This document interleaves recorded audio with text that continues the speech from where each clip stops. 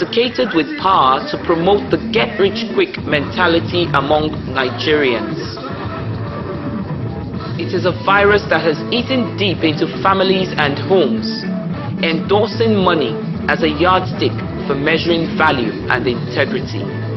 But the way out is simple. First, reawakening ecumenical ideologies. Second, promoting practical religion. Third, putting false doctrines in check. Fourth, stopping more division by prohibiting further registration of religious establishments. Fifth, reorientation of the people to restore calm and good conscience. Sixth, effectual and fervent prayers coupled with sincere works. The observations made here by Crikov identify the root of all vices as being the commercializing of religious worship. It has also been properly packaged and published for delivery to interested persons, groups, institutions, etc. on request.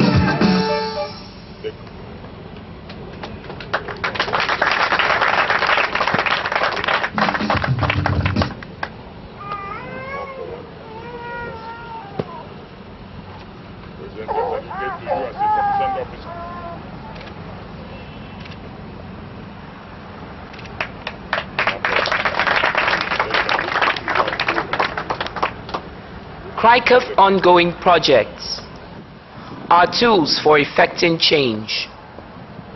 1.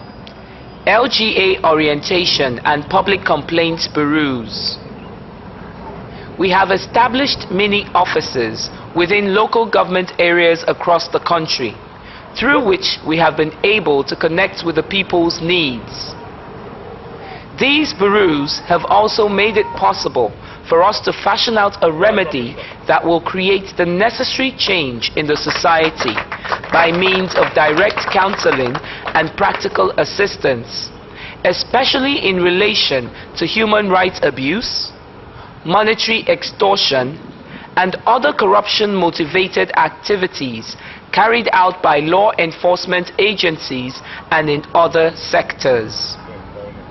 Our success here has attracted many Nigerians who have chosen to go through our training and become Crikov members to fight the ills of society.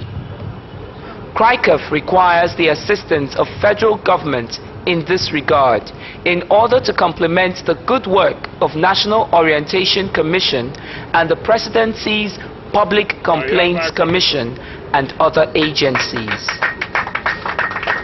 2.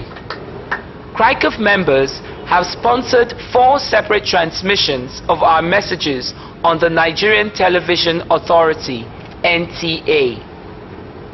We have also distributed flyers, journals, and magazines, which resulted in many more people signing up for training under this project. Our publicity focus hinges on our mind-transforming slogan, "You can't change what you can't reach." With this, we have been able to keep in touch with the masses who are responding positively by joining the campaign against corrupt practices and other societal ills.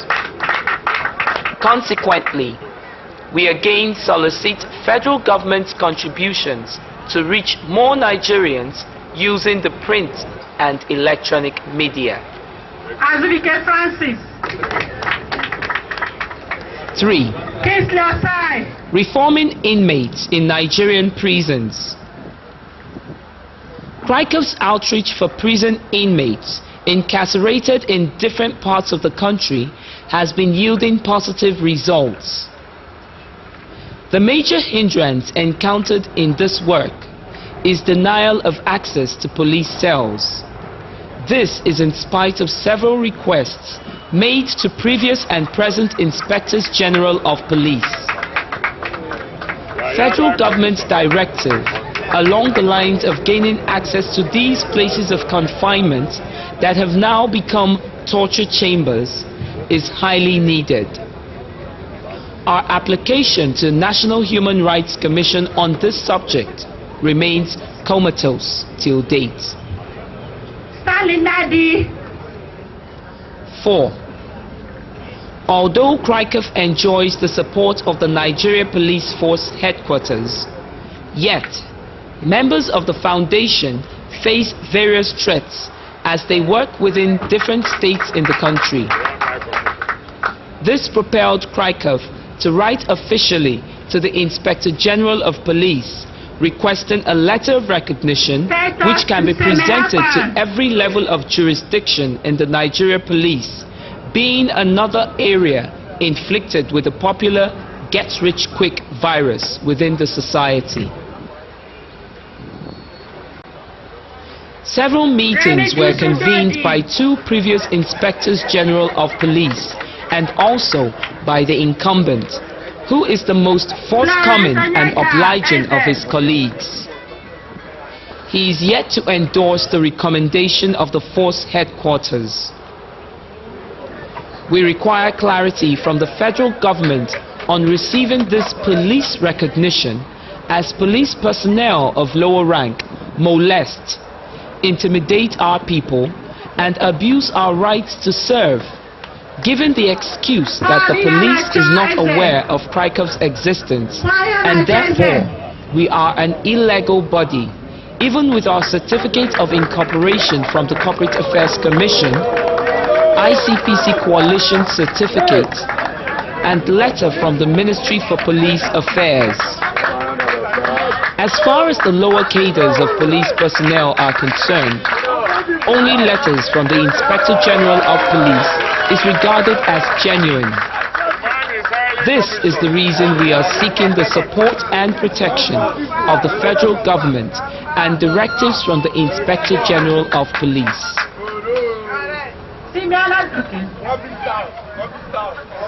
It is worthy to note that the eradication of corruption, which is at the core of all societal ills, is no easy feat.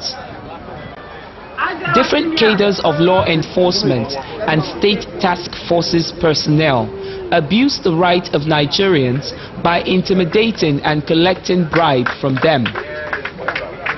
These corrupt practices can be observed in broad daylight if one takes a drive or walk along the highways, roads and streets en route to the Immigration and Customs Service offices, or one visits some of the offices within government ministries and parastatals. These sins are horrifying for a foreigner or any civilized person.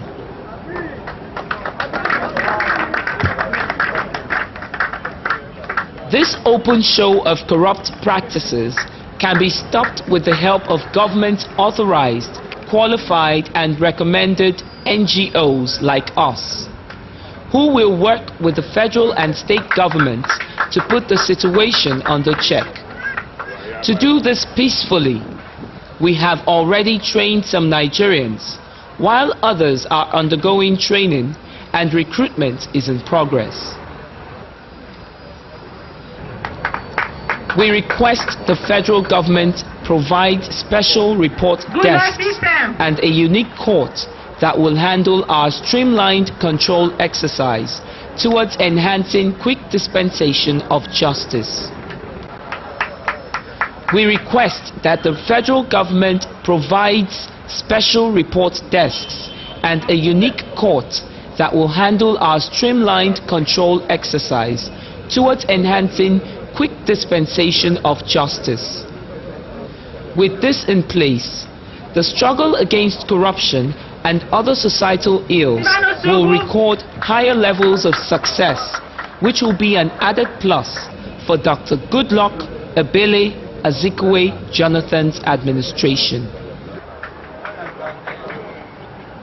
Putting societal ills in check.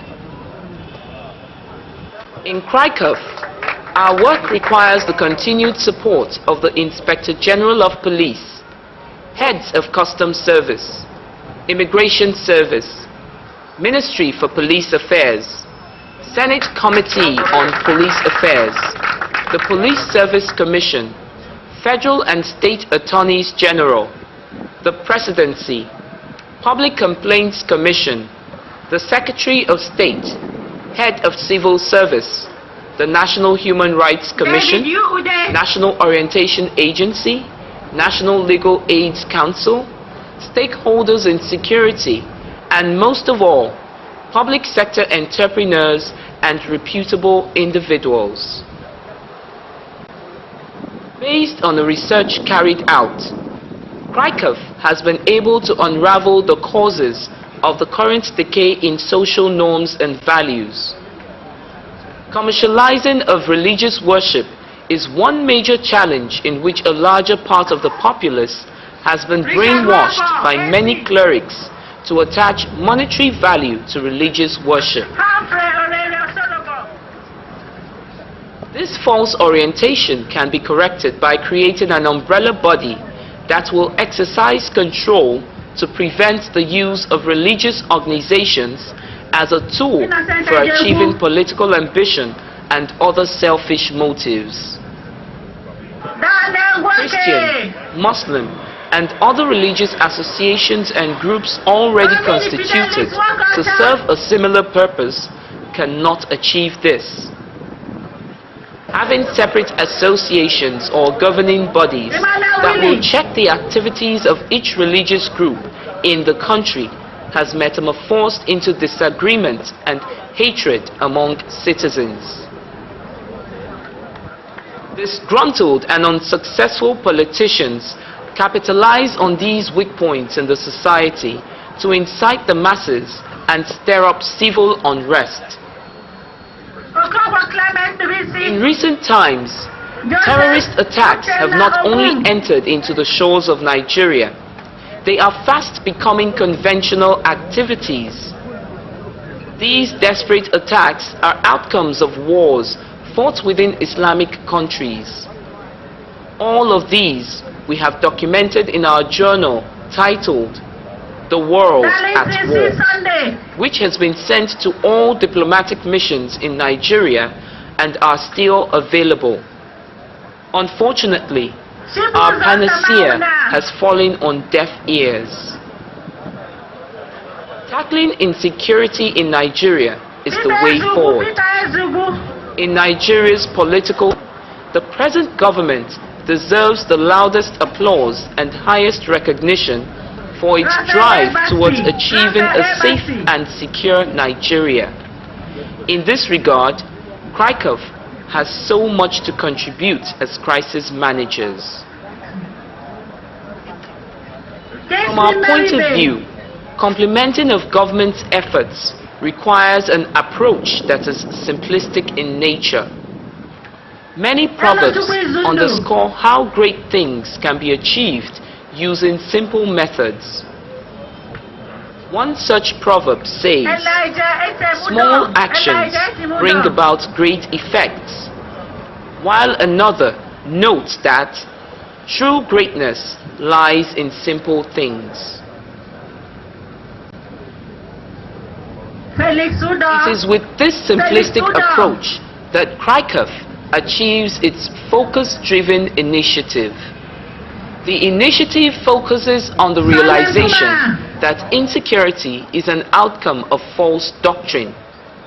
This social disease is spreading fast, eating into the psyche of many more people whose numbers grow every day into a larger army of misled and dangerous individuals.